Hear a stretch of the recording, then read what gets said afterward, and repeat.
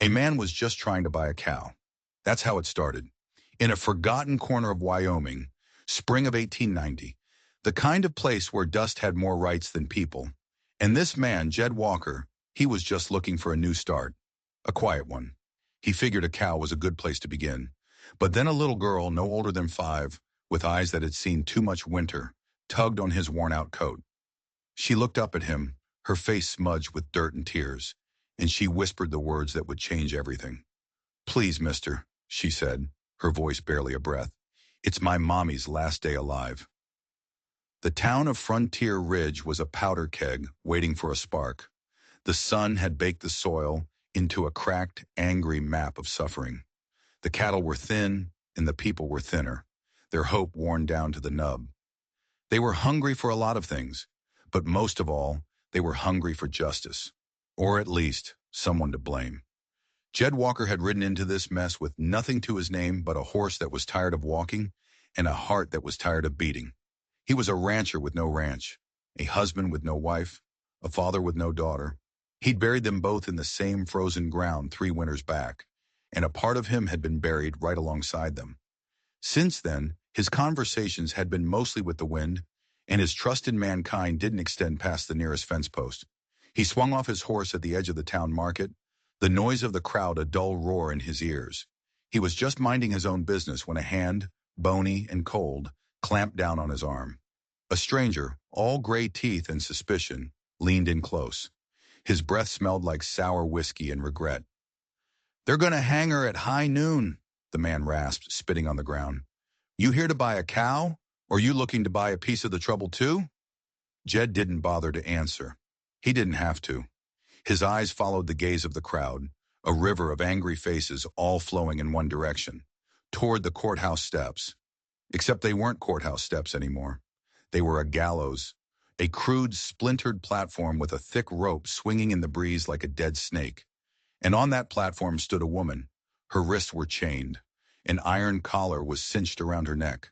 Her dress was ripped, and the bruises on her skin looked like dark, ugly flowers. But she wasn't crying. She stared down at the dirt, her jaw set like stone, as if daring the world to do its worst. She had the look of someone who had already seen it. "They say she slit the foreman's throat," the stranger whispered, enjoying every word. "Ran off with 2 of his best cattle. But folks around here think she did more than that. She's an outsider, no kin, no one to speak for her. An easy target." Jed turned to leave. This wasn't his fight. He'd had his fight, and he'd lost. His boots crunched on the gravel, a lonely sound. He was halfway to his horse when he felt it. A tiny tug on his duster. He stopped. He looked down. And there she was.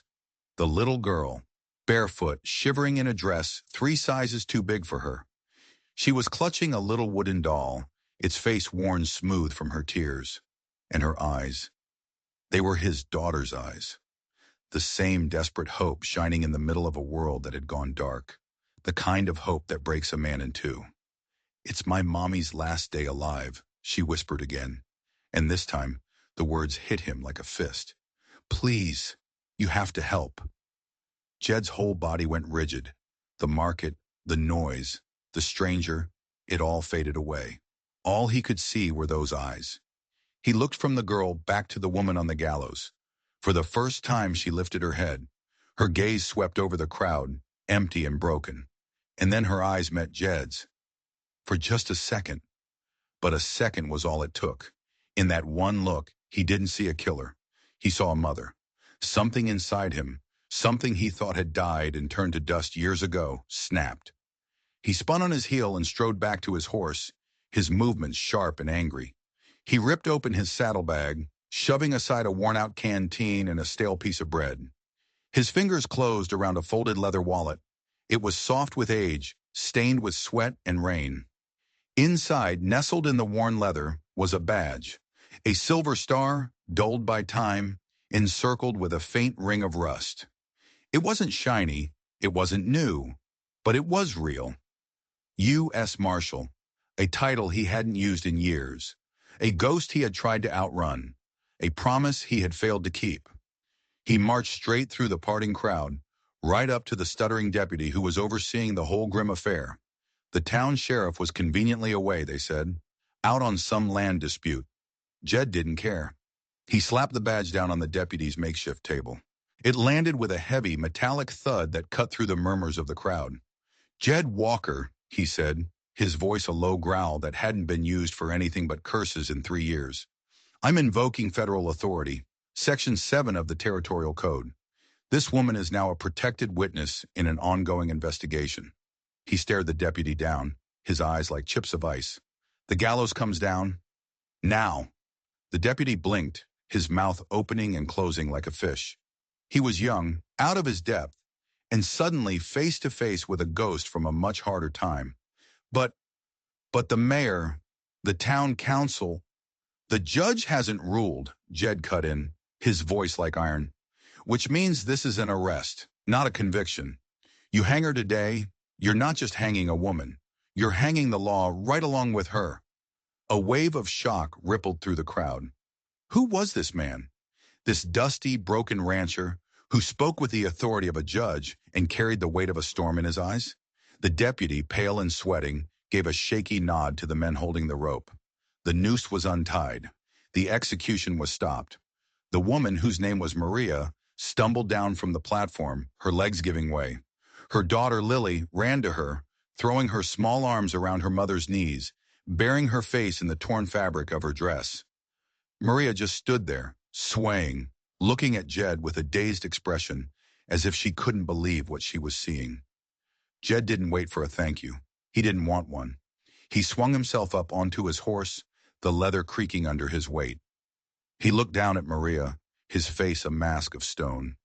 "You've got 24 hours, Miss Hayes," he said, his voice as dry as the dirt beneath his boots. "Stay alive long enough to prove you're worth the trouble." He turned his horse, and the crowd melted away before him, parting like weeds in a fire. No one dared to meet his eye. As he rode away, he heard Lily's small voice whisper to her mother, "He looks like he forgot how to smile, Mama." And Maria, clutching her daughter's hand like it was the only thing holding her to this earth, watched him go. The gallows stood empty against the pale Wyoming sky. But the trouble in Frontier Ridge, it was just getting started. The ride to Jed's place was cold and silent. It wasn't a ranch, not anymore. Just a cabin, a barn, and a whole lot of land that remembered what it was like to be cared for. Jed rode ahead, the reins loose in his hands, his back a rigid wall of silence. In the wagon he'd borrowed, Maria held Lily tight, trying to shield her from a wind that felt like it had teeth. Jed hadn't said a word since they left town. But every few minutes, his eyes would flick to the small, cracked mirror he'd rigged to his saddle, watching, measuring, wondering if he'd just made the biggest mistake of his life. Finally, Maria's voice, small and fragile, broke the silence. It was barely louder than the creak of the wagon wheels. "He said I'd never leave that scaffold alive," she whispered. Jed's jaw tightened, but he didn't turn around. "Who's he?" "The mayor," she said. "Mayor Harper." Her words came out in broken pieces, like she was trying to reassemble a memory that had been shattered. "It happened so fast. I was bringing Lily home from the creek. That man, the foreman, Silas, he smelled of whiskey. He grabbed me. I pushed him. I screamed. And then, just blackness. When I woke up, he was gone, and everyone was pointing at me." She swallowed hard, a dry, rattling sound. "The sheriff was gone. The mayor said it was clear-cut. An outsider. A thief. He said I was trying to run off with cattle I never even touched." She paused, her breath hitching. "And then, there was the tea." Jed's brow furrowed. "The tea?" She nodded, her eyes distant, lost in a fog. "Every morning, Mayor Harper would bring it himself, from his own house. Said it was a kindness, from a decent man who felt for my situation. But after I started drinking it, my hands started shaking. I'd forget things, names, days. Sometimes I couldn't even remember my own strength." Jed said nothing, but the image of her bruised skin and the iron collar settled like a stone in his gut. This wasn't right. None of it. As they crested the ridge that led to his land, he saw them. A small group of townsfolk gathered like vultures, their faces grim. Word had traveled faster than his horse. A voice sharp with anger cut through the air. "Walker, you've gone soft, sheltering a killer." Another man shouted, his hand resting on the pistol at his hip. "That woman's got death in her eyes. You bring her onto your land, you bring a curse on us all." Jed reined in his horse. The wagon groaned to a halt. Slowly, deliberately, he dismounted. He didn't look at the men. He didn't acknowledge their threats. He walked to the back of the wagon where Lily sat, her small body trembling with cold and fear. He took off his own coat, the wool worn thin at the elbows but still warm, and he knelt. Gently he wrapped it around Lily's tiny shoulders, buttoning it all the way up to her chin. Her lips quivered, but she didn't cry. She just looked at him with those wide, trusting eyes. Then Jed stood up, and he turned. He faced the mob. Maybe 20 men, their faces a mixture of fear and rage. He knew some of them. Men he'd fought alongside in border skirmishes years ago. Men who now saw him as a traitor. Jed's voice wasn't loud, but it carried across the frozen ground, clear and steady as a church bell on a Sunday morning. "Ride on my land tonight if you must," he said, his eyes sweeping over them, one by one. "But you should know this." He let the silence hang for a moment, heavy and cold. "I've buried one child already. I will bury myself in this ground before I let you harm another." Not a man moved. Not a man spoke. The wind howled through the pines, the only sound in a world holding its breath. The mob slowly, reluctantly, backed away, melting back into the trees. Jed watched them go, then turned and helped Maria down from the wagon. He led them to the cabin. It was small, patched together with scrap wood and stubbornness, but the chimney was still breathing a thin wisp of smoke. He pushed the door open. Inside, a fire still glowed in the hearth. It was dusty, and it smelled of wood smoke and solitude. But it was safe. Maria hesitated on the threshold. Jed looked at her, his expression unreadable. "It's not a jail," he said gruffly, "but don't mistake me for a fool." She nodded, a flicker of strength returning to her eyes. "I won't." He pointed her to a stool by the fire, and then gently carried the sleeping Lily to a small cot in the corner, tucking a faded quilt around her. When he turned back, Maria was watching him, her hands twisting in her lap. "Why?" she whispered, her voice cracking. "Why are you helping us?" Jed stared into the fire, the flames dancing in his tired eyes. He thought of his own daughter, of the promises he'd made to a ghost.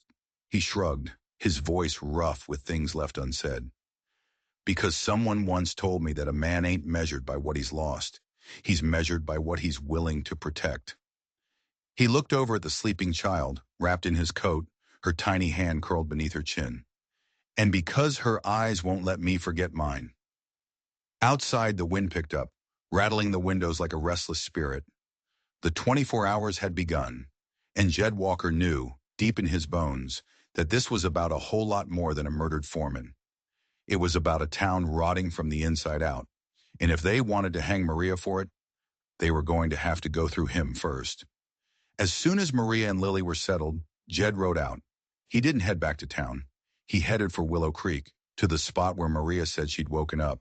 The spot where the foreman, Silas, was supposed to have died. The evening air was thin and sharp, biting at his face.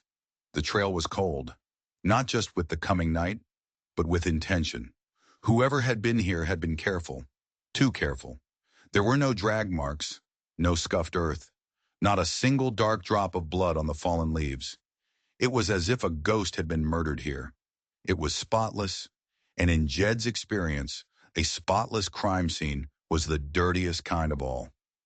He crouched down, his fingers tracing the ground where Maria said she had fallen. He remembered her words, faint and confused. "I woke up, and he was gone. Just gone." It didn't make sense. A body doesn't just vanish. Not unless someone wants it to. The mayor's eagerness to hang her, the sheriff's convenient absence, the tea that clouded her mind. It was a web, and she was caught in the middle of it. But who was the spider? Jed sifted through the damp soil, his mind racing. He was missing something, a piece of the puzzle that was right in front of him. Then another memory surfaced. Something Lily had said, her voice small and scared as he tucked her into the cot. The bad man was mean, mister. He had a snake on his belt. Jed's eyes snapped open. A snake. He stood up, scanning the underbrush, the tangled roots of the old willow trees that lined the creek. His gaze swept back and forth, methodical, patient, and then he saw it. A flicker of something unnatural, a glint of dull brass half buried beneath a gnarled root, barely covered by moss and dirt.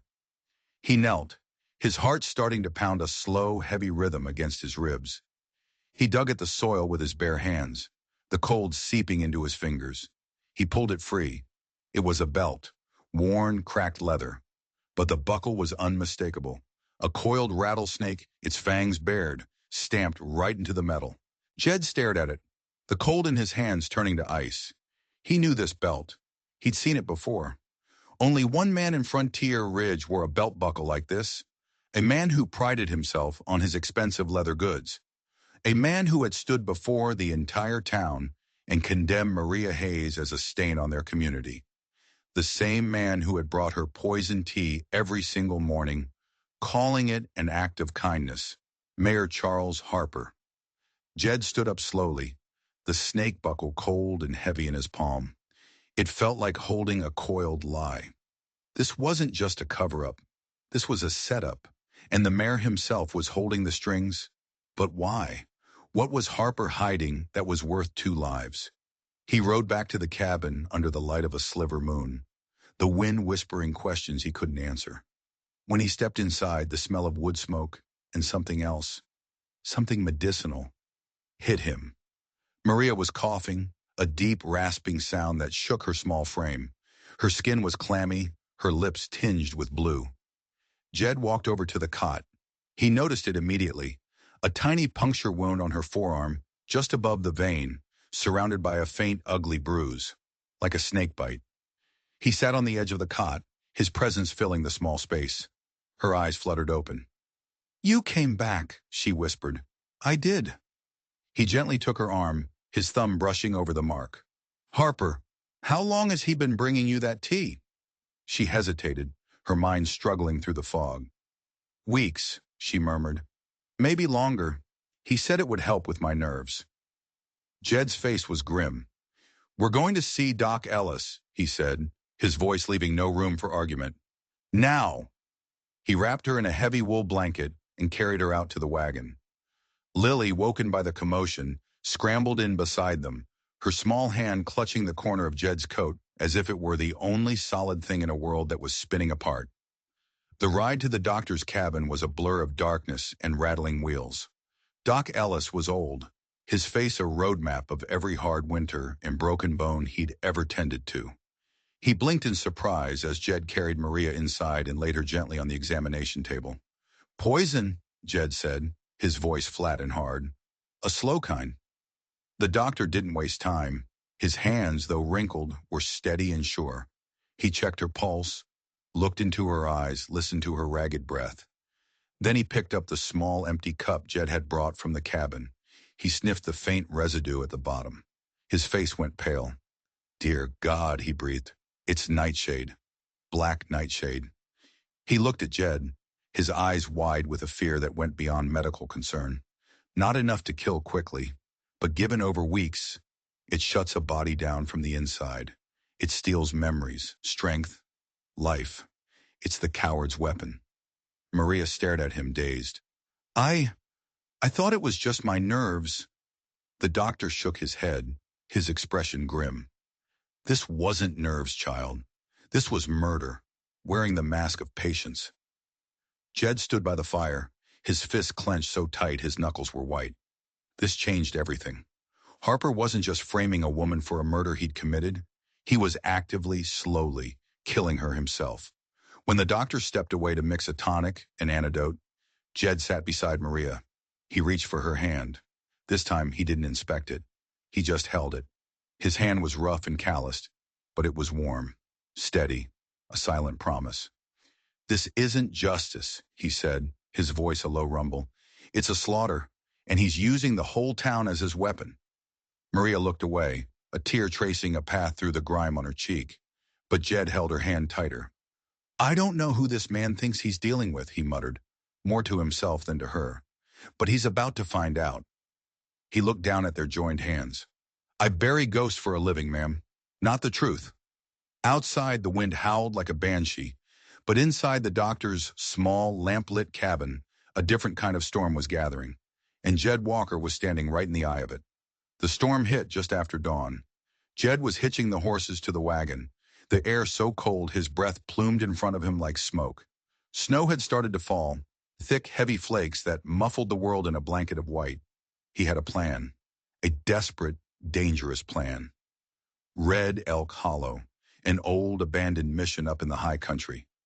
A place where a man could disappear. A place a forgotten preacher named Isaac called home. He glanced back at the cabin. Maria was wrapped in a heavy blanket, pale but determined. Lily was beside her, tying a frayed piece of yarn into her doll's hair, her small fingers clumsy with cold. She looked up at Jed, her voice a tiny question in the vast, snowy silence. Will Mama still be here tomorrow? The question hit Jed like a stray bullet. He knelt, his knees cracking in the cold, and gently smoothed the hair back from her forehead. Not if we sit still, he said, his voice softer than she'd ever heard it. But if we move fast and we move smart, she'll be here, I promise. He lifted Maria into the wagon, her body feeling frighteningly light in his arms. Lily scrambled in after her. Jed cracked the reins and they lurched forward, heading north into the teeth of the storm. The trail grew steep and treacherous almost immediately, winding up into the jagged peaks that loomed over Frontier Ridge. They were nearing Gray Rock Bluff when the first shot rang out. It wasn't a warning shot. It whistled past Jed's ear, so close he felt its heat, and slammed into the tree beside him, sending a shower of splintered wood into the air.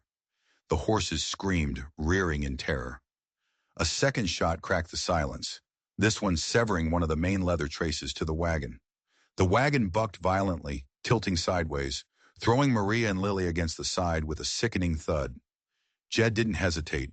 He vaulted from the driver's seat, his own pistol already in his hand before his boots hit the snow. Two men were emerging from the trees on the ridge above them. Dark coats, rifles raised. Jed recognized them instantly. Harper's men, hired muscle. The mayor was done playing games. You're trespassing, Walker, one of them yelled, his voice thin in the wind. Hand the woman over, and the mayor might let you walk away from this. Jed moved, putting his body between the riflemen and the wagon. She's under my protection, he roared back, his voice echoing off the rocks. Not anymore. Another shot. This one wasn't aimed at him. It was aimed at his horse. The animal went down with a terrible strangled cry, its legs buckling. The wagon crashed down, completely disabled. They were trapped. Jed fired back, not to kill, but to warn. The bullet kicked up snow just inches from one of the men's feet. The next one lands in your chest. The men hesitated, surprised by the speed and accuracy of the shot. They exchanged a look, then melted back into the trees to regroup. But Jed knew they wouldn't be gone for long. They had time. He didn't. Out, now, he yelled. He dragged the dazed Maria from the wreckage. Lily, hold on to my belt, he commanded, his voice sharp with urgency. Do not let go, no matter what. He hoisted Maria onto his back. She was a dead weight, the poison and the fall having stolen what little strength she had left. With Lily clinging desperately to his belt, Jed plunged into the thicket, leaving the broken wagon and the dead horse behind. He pushed forward up the steep, snow-choked slope, his lungs burning, his legs screaming in protest. Maria's ragged breathing was a painful counterpoint to the howling wind. Lily stumbled behind him, her small legs struggling to keep up, but she never let go. They reached a narrow ledge overlooking a frozen ravine. Jed paused, his chest heaving, leaning against a rock to catch his breath. Below them, he could hear the shouts of Harper's men as they found the abandoned wagon. They were getting closer. Maria moaned, her head lolling against his shoulder. Jed, just leave me. Save the girl. Don't talk, he grunted. Just breathe. He looked at Lily. Her face was red and raw from the cold, tears freezing on her cheeks, but she just tightened her grip on his belt. He saw his own daughter's face in hers. He saw the fever, the helplessness, the promise he'd failed to keep. A fire, cold and hard, ignited in his chest. I lost my girl to a fever, he said, his voice a raw whisper against the wind. I watched her fade away and couldn't do a damn thing to stop it. I am not losing another one to a coward's bullet and a rich man's lie. He took a deep breath, shifted Maria's weight on his back, and stepped forward, back into the blizzard. They crossed the ravine on a fallen log, the icy wind trying to tear them from their perch. Night fell, a deep, starless black that swallowed the world. Still, they pushed on. Jed was moving on pure memory now, navigating by the shape of the trees and the feel of the ground beneath his worn-out boots. Finally, through the swirling snow, he saw it, a single flickering light, dim but steady, a promise of warmth in a world of cold. The chapel, Reverend Isaac's sanctuary. He stumbled the last few yards, his body screaming in protest, and pounded on the heavy wooden door with his free hand. It creaked open.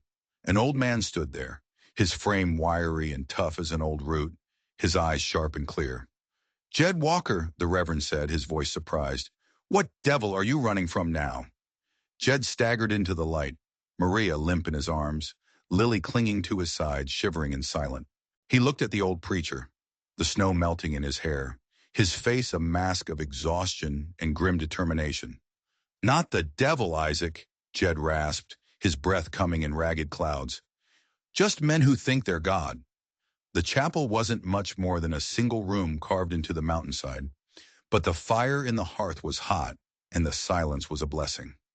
Reverend Isaac, a man who had seen more than his share of souls in turmoil, asked no questions.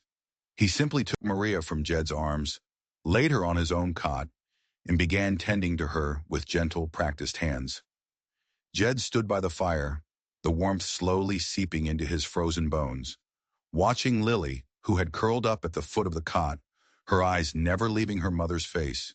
The fear was still there, a tight, hard knot in her small chest, but here, in this small pocket of peace, it seemed a little less powerful.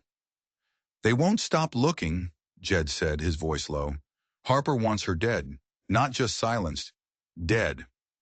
Isaac nodded, applying a poultice to a cut on Maria's forehead.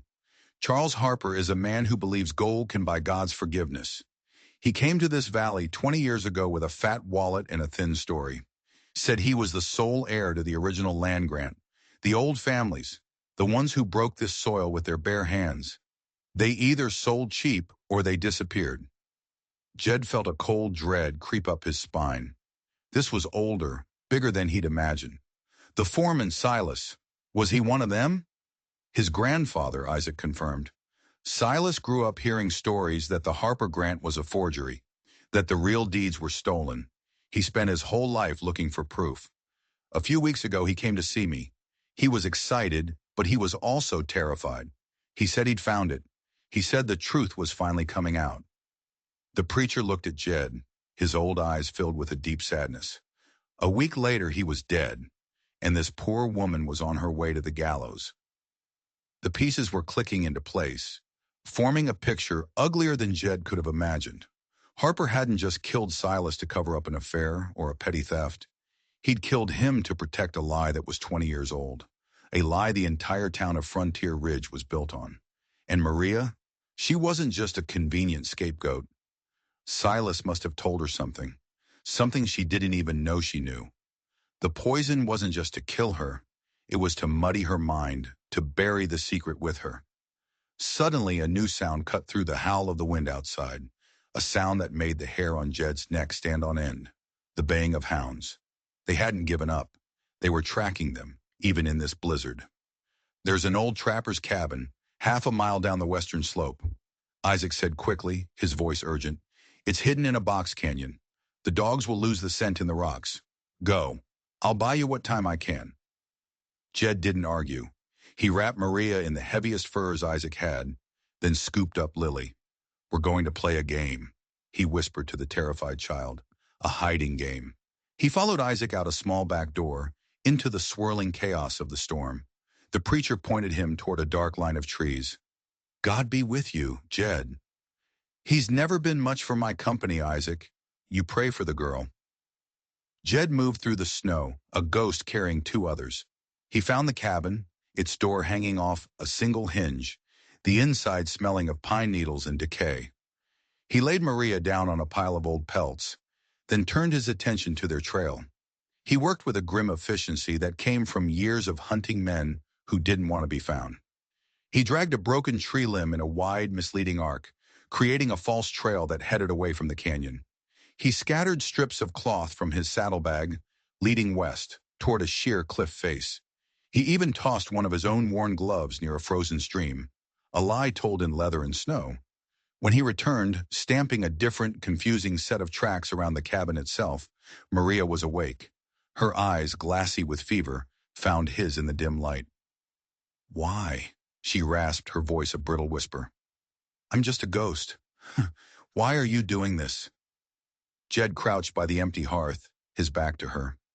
He thought of the badge in his pocket, a weight he could never seem to set down. He thought of the 2 graves on a lonely hill. He thought of the little girl sleeping fitfully a few feet away. Without turning, he spoke, his voice quiet, heavy with memory. "Because your girl's eyes won't let me forget mine." A long silence stretched between them, broken only by the wind. Then he felt a touch on his hand. It was feather light, barely there. Maria's fingers, cold and trembling, resting on his. It wasn't a plea, it was an acknowledgement, a thread of connection in the darkness. It stayed there for a moment, long enough to matter. Then she pulled it back. Suddenly, Jed froze. His senses, honed by 1,000 dangerous nights, screamed a warning. He felt it before he heard it, the soft crunch of a single footstep on crusted snow, deliberate, confident, not one of Harper's clumsy thugs. This was a hunter. He rose slowly, moving to the door, his hand resting on the grip of his pistol. The latch lifted with a soft, metallic click. The door swung inward. A man stood there, silhouetted against the gray, snowy twilight, broad-shouldered, his face hidden by the brim of a frost-dusted hat. His rifle was slung over his shoulder, but his posture was relaxed, patient. His eyes scanned the room, the fire, the woman, the child, before settling on Jed. It was the sheriff, Sheriff Brody, back from his land dispute. Jed met his gaze, his body a wall of old timber and iron will. Brody's eyes were cold and calculating. He wasn't here to talk. He was here to clean up Harper's mess. Slowly, deliberately, Jed reached into his coat. Brody's hand twitched toward his gun, but Jed didn't pull out a pistol. He pulled out the badge, the tarnished silver star. He held it for a moment, then tossed it onto the dirt floor between them. It landed with a soft thud, the sound of a forgotten promise. "Give that to the mayor," Jed said, his voice low and sharp as a shard of ice. "Tell him the law is coming back to Frontier Ridge, and tell him I'm not done fighting." Sheriff Brody looked down at the badge glinting in the faint light. He saw the official U.S. insignia. This wasn't some local honorary title. Walker was a marshal, a federal marshal. Hanging his protected witness was one thing. Killing a U.S. marshal was an act of war. It would bring the entire territorial government down on their heads. Brody's eyes flickered from the badge to Maria, then to the sleeping child. For the first time, a flicker of uncertainty, of hesitation crossed his face.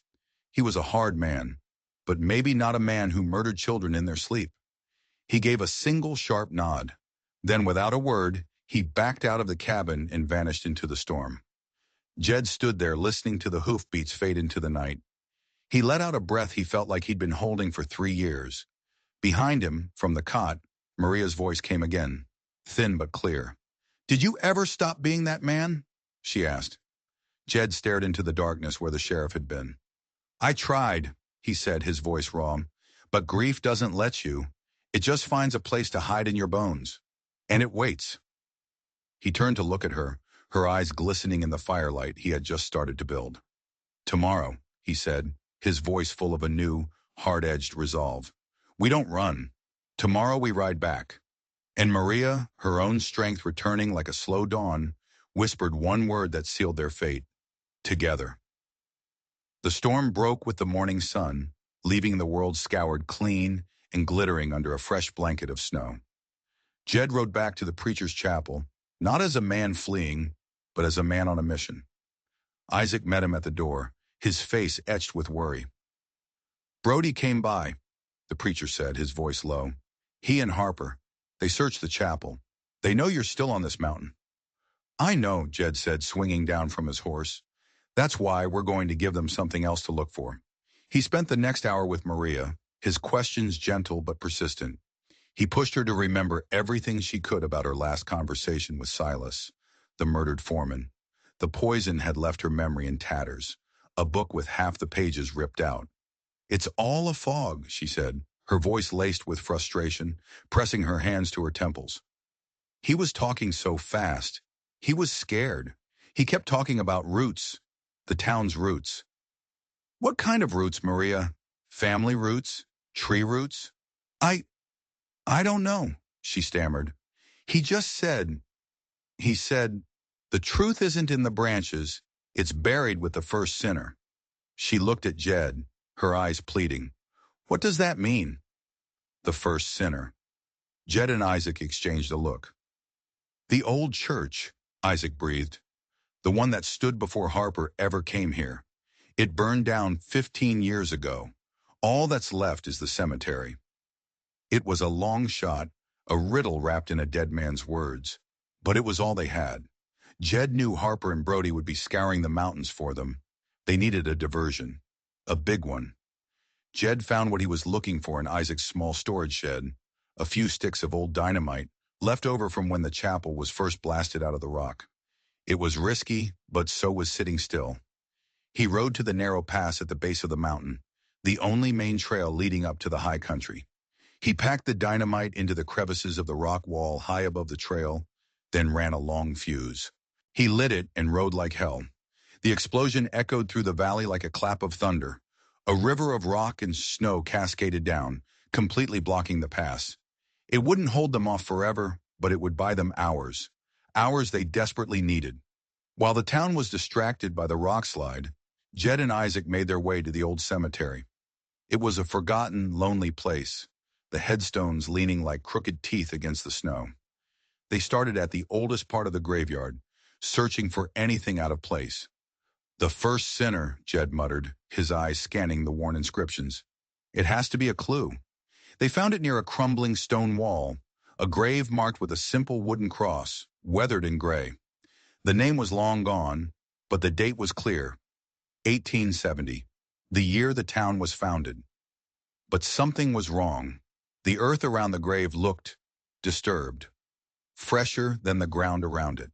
They started digging. The frozen ground was hard as iron, but they worked with a desperate energy, their shovels striking sparks against hidden rocks. A few feet down, their shovels hit something that wasn't rock, something hollow. Wood. It was a coffin. But when they pried the lid open, it wasn't an ancient pioneer they found inside. It was the body of Silas, the foreman. He hadn't been dumped in the creek. He'd been buried here, and his throat hadn't been slit. There was a neat, clean bullet hole right between his eyes. The story about the knife was a lie, designed to make it look like a crime of passion, something a woman might do. But that wasn't the only thing in the coffin. Tucked beside Silas's body was a small iron lockbox, rusted but intact. Jed broke the lock with the edge of his shovel. Inside, wrapped in oilcloth, were a stack of brittle, yellowed papers.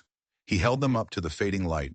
They were the original land deeds for the entire valley, signed, sealed, and dated before Charles Harper had ever set foot in Wyoming. And the names on the deeds weren't Harper. They were Miller, Schmidt, and Walker, Jed's own grandfather.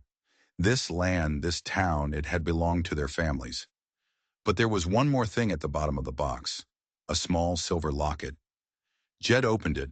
Inside were two tiny faded portraits, a man and a woman. On the back, an inscription was barely legible, C.H. and E.H. 1870. Isaac peered at it. That's Charles Harper, he said, pointing to the man, when he first arrived. But I've never seen the woman before. Jed stared at the portrait, then back at the deeds. And then, like a bolt of lightning, the entire monstrous truth hit him. He looked at Isaac, his face pale. This isn't Harper. Isaac looked confused. What are you talking about, Jed? Of course it is. No, Jed said, his voice grim. This is the real Charles Harper. The man in town, the man who calls himself the mayor. He's an imposter. The man they knew as Mayor Harper was an opportunist, a killer who must have murdered the real Harper and his wife on their way to stake their claim, stealing their identity and their forged documents. And for 20 years, he had gotten away with it, until Silas the foreman had literally dug up the truth. But before they could even process the shock, they heard it, the jingle of a harness, the crunch of boots in the snow. A voice, cold and familiar, cut through the trees. "Looking for something, Marshal?" Sheriff Brody stepped out from behind a large oak, his shotgun leveled right at Jed's chest. And beside him, his face a mask of smug victory, stood the man who called himself Mayor Harper. "I have to admit, Walker," the imposter mayor said with a thin smile, "you're more resourceful than I gave you credit for. But your luck just ran out." Jed didn't move. He stood in the open grave, the cold air burning his lungs, the truth a heavy weight in his hands. He was trapped. Harper, or Finch, or whatever his real name was, had a rifle. Brody had a shotgun. He had a pistol and a shovel. The math wasn't good. "It's over, Walker," Brody said, his voice flat. "Drop the box." Jed looked from the imposter mayor's smug face to the sheriff's cold eyes. Brody wasn't just a hired gun. He was in on it. He had to be. He'd been the one to declare Silas's death a closed case. He'd been the one to sell the town on Maria's guilt. "All these years, Brody," Jed said, his voice dangerously quiet. "You knew. You knew he was a fraud. A killer." Brody's face didn't change. This town was nothing before he came along. Just dirt and disappointment. He made it something. He made me something. It's called progress, Walker. Sometimes it gets a little bloody." "That's what you call this?" Jed shot back, his voice rising with cold fury. "Progress? Killing a man and framing a grieving mother for it? Poisoning her? Trying to hunt her and her child down in a blizzard?" The imposter mayor chuckled, a dry, rasping sound. "She was a loose end. Silas was a fool. He got sentimental about his dead grandfather's dirt. He confronted me, so I corrected the problem. And you, Marshal, have become a much bigger problem." He raised his rifle. "Put the box in the coffin. Then you and the preacher can join him." Jed's mind was racing. There was no way out. Not with guns. He had to change the game. He looked at Maria, who was hiding with Lily behind a crumbling stone wall a few yards away. He had to get them out of this. Slowly, he bent down and placed the lockbox back in the coffin. But as he did, his eyes caught something. The locket. The locket with the picture of the real Charles Harper and his wife. He palmed it, hiding it in his hand as he stood back up. "All right," Jed said, raising his hands. "You win." Harper smiled. "I always do." He gestured with his rifle. "Now, into the hole. Both of you." As Isaac hesitantly started to move, Jed made his play. He wasn't looking at Harper. He was looking at Sheriff Brody. "Before you do this, Brody," Jed said, his voice calm, "you should ask your mayor a question. Ask him what happened to the real sheriff of this county." Brody frowned. "What are you talking about? I'm the sheriff." "No," Jed said, his eyes locked on Brody's. "You're the deputy he promoted when Sheriff Miller mysteriously vanished on a hunting trip 15 years ago. The same year this man's wife supposedly died of a fever back east.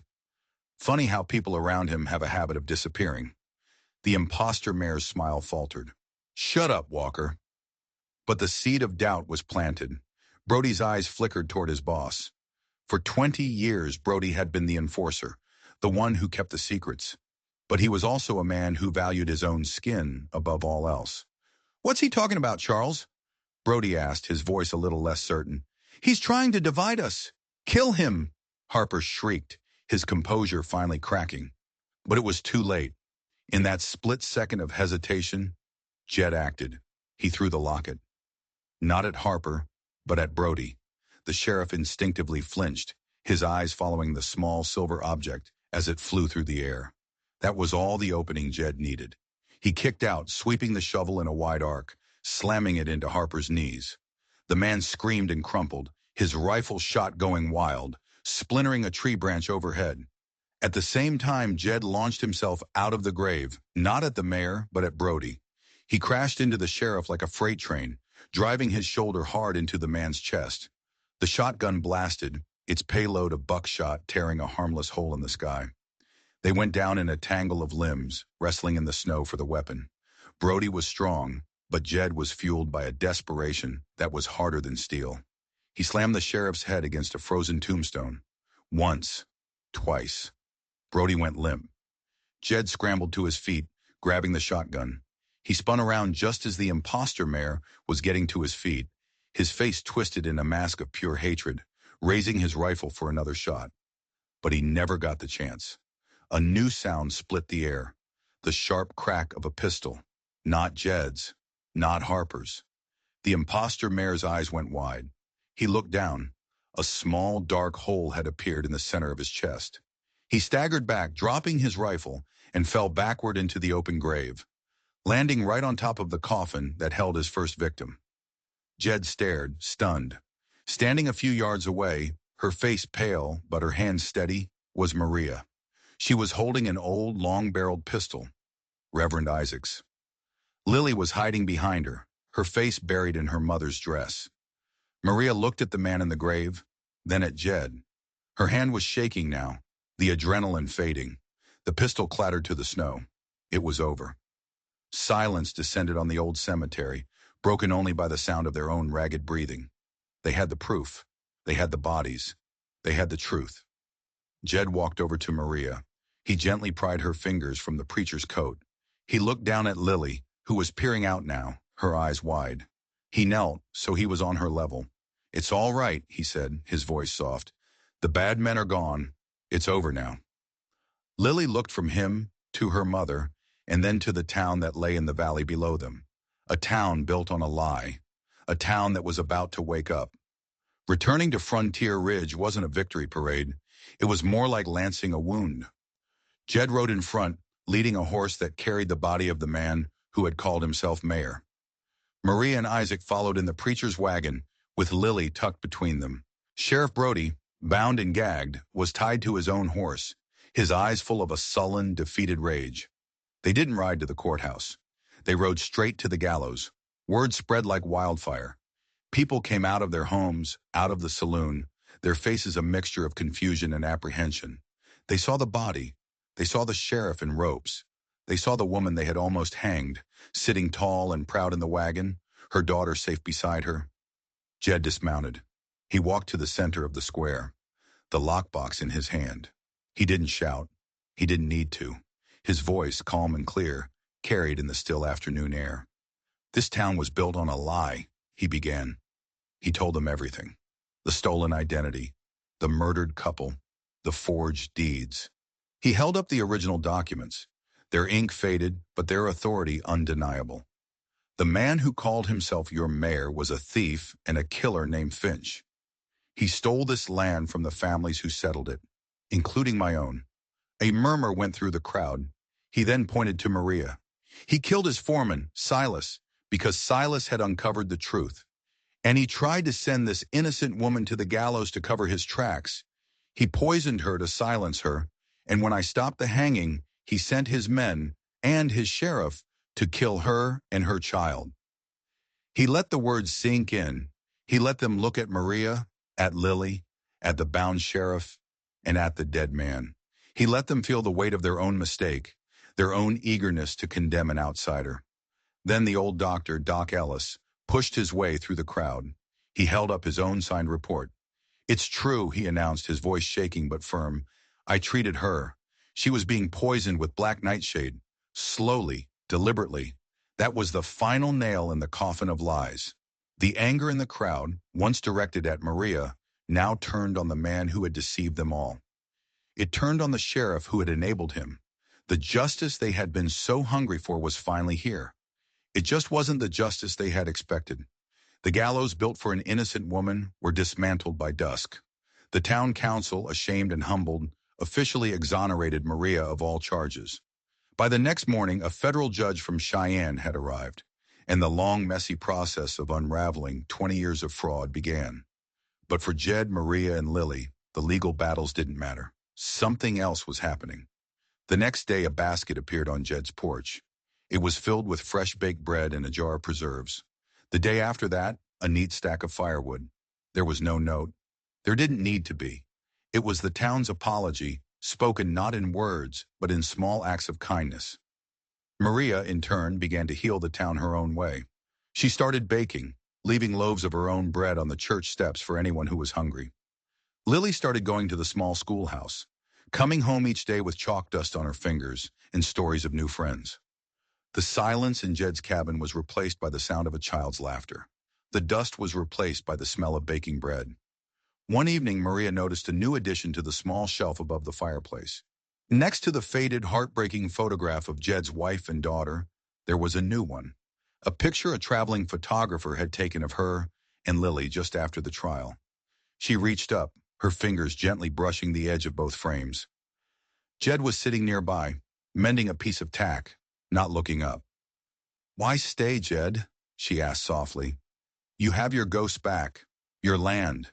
You don't owe us anything." He stopped his work. He looked at her, his eyes clear for the first time in years. "Because I finally remembered what a home is supposed to feel like," he said, his voice low and steady. "It isn't four walls and a plot of land. It's the sound of her learning to read. It's the smell of your bread in the morning. It's finding her chalk drawings on my floor and watching your hands fix all the things I thought were broken for good." Maria's throat tightened. "You saved us," she whispered. Jed shook his head. "No," he said, a small, genuine smile finally reaching his eyes. "You saved me." A year later, on a bright spring morning, the whole town gathered at Reverend Isaac's chapel on the mountain. Lily, her hair in a new ribbon, stood at the front and read a poem she had written. When she got to the last line, her voice rang out, clear and proud. "This is my mama, and this is my pa." The word hit Jed harder than any bullet ever had. Pa. A name he never thought he'd hear again. After the service, the three of them walked to the top of the hill overlooking the valley. The world was green and full of promise.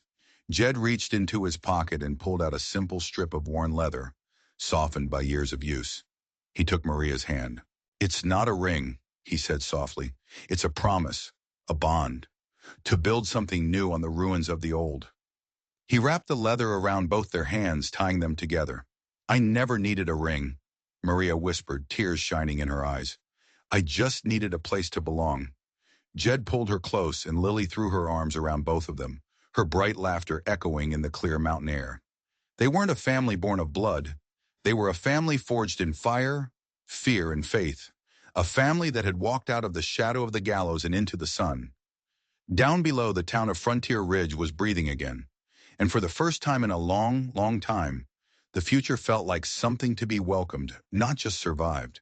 If this story of a broken man finding his heart, a wronged woman finding her voice, and a lost child finding a home touched you, then you found your tribe. We tell the stories of the wild frontier, where justice is hard won and love is the most valuable claim of all. Don't forget to subscribe and hit that notification bell, because the wilderness is full of stories waiting to be told, and we'll be right here to share them with you.